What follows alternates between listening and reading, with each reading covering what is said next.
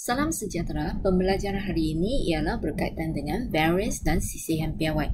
Jadi apa maksudnya variance? Variance ialah purata kuasa 2 bagi beza data dengan mean. Maksudnya kita ambil perbezaan nilai data dengan mean dan seterusnya kuasa 2 kan. Lepas tu kita ambil purata dia untuk setiap data. Baik, seterusnya untuk sisihan piawai pula ialah ukuran seratkan data pada mean yang diukur dengan unit yang sama dengan data asal. Baik, jadi sekarang kita perhatikan untuk variance dan sisihan piawai bagi data terkumpul boleh kira dengan menggunakan rumus berikut, iaitu variance sigma kuasa 2 sama dengan jumlah fx kuasa 2 per dengan jumlah f tolak dengan min x kuasa 2. Seterusnya untuk sisihan piawai kita ambil punca kuasa 2 daripada variance. Okey, jadi apa yang dimaksudkan dengan x ini ialah nilai titik tengah bagi setiap selang kelas. Manakala f mewakili kekerapan dan bar x ni ialah min bagi data.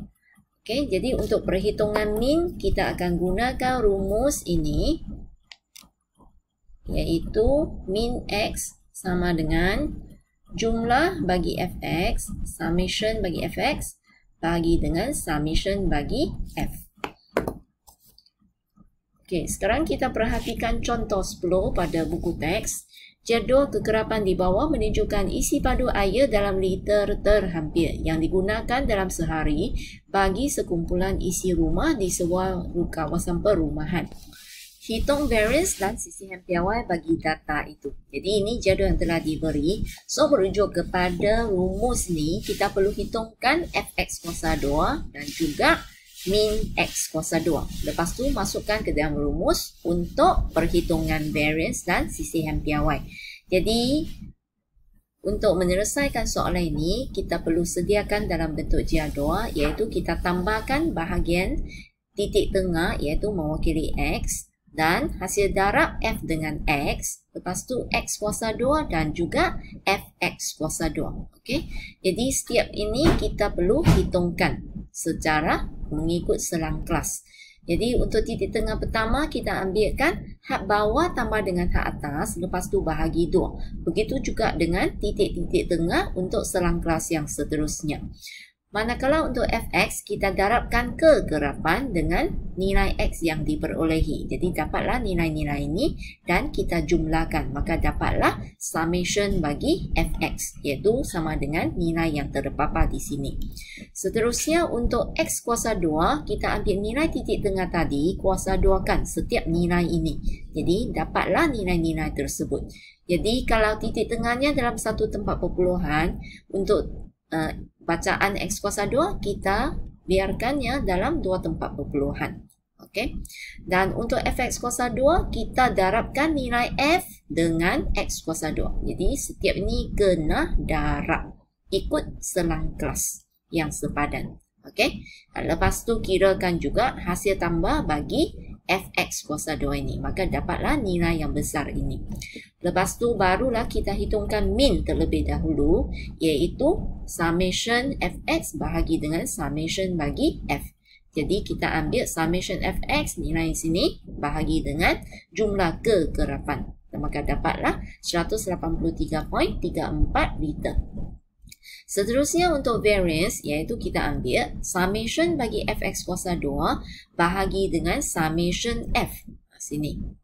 Okey, lepas tu tolak dengan min yang kita hitung tadi dan kuasa 2 kan. Okey. Baik. Jadi di sini dapatlah jawapan dia. Okey. Jadi untuk bahagian ini kamu boleh terus guna baca ini atau seelok-eloknya guna perhitungan pembahagian ini. Sebab untuk nilai di bawah ini kita dah bundarkan. Jadi seelok-eloknya kita tunjukkan perhitungan supaya dapat nilai jawapan yang setepat yang mungkin. Lepas dapat, barulah kita betulkan kepada dua tempat perpuluhan. Okey, seterusnya untuk sisihan piawai, kita ambil terus punca kuasa 2 bagi nilainya. Okey, untuk nilainya, kalau kamu nak dapat nilai sisihan piawai yang lebih tepat, seelok-eloknya kita tinggalkan lebih banyak tempat perpuluhan di sini. Jadi lepas tu baru kita bundarkan kepada 2 tempat perpuluhan. Okey. Baik. Jadi untuk bacaan-bacaan ini, kamu boleh juga semak jawapan dengan penggunaan kalkulator, iaitu tekan mode supaya dapat paparan ini dan kita pilih SD, fungsi SD, iaitu pilih 1. Okey, seterusnya langkah yang kedua, kamu masukkan titik tengah, iaitu titik tengah bagi setiap kelas ni. Okey, kita rujuk kelas pertama dulu, iaitu 154.5. Lepas tu tekan shift baru koma. Okey, carilah kekunci yang berkaitan. Okey, selepas tekan 2 ni, tekan pula kegerapan yang pertama, iaitu 8. Seterusnya masukkan M+. Tekan kekunci M+. Okey. Jadi ini baru untuk set yang pertama, selang kelas yang pertama. Lepas tu kita teruskan, ulang lagi untuk nilai seterusnya. Maksudnya ulang lagi dengan 164.5. Lepas tu tekan shift, koma dan tekan nilai kegerapan iaitu 12. Seterusnya M+. Okey, dan kamu buatlah ulangan cara ini sampailah data yang terakhir. Okey, seterusnya tekan AC shift 2. Okey, kalau kamu tekan ini, kamu akan dapat paparan ini. Untuk paparan ini, 1 yang pertama ini, kalau kamu tekan 1, kamu akan dapat nilai min. Kalau kamu tekan ini, kamu akan dapat nilai sisihan piawai.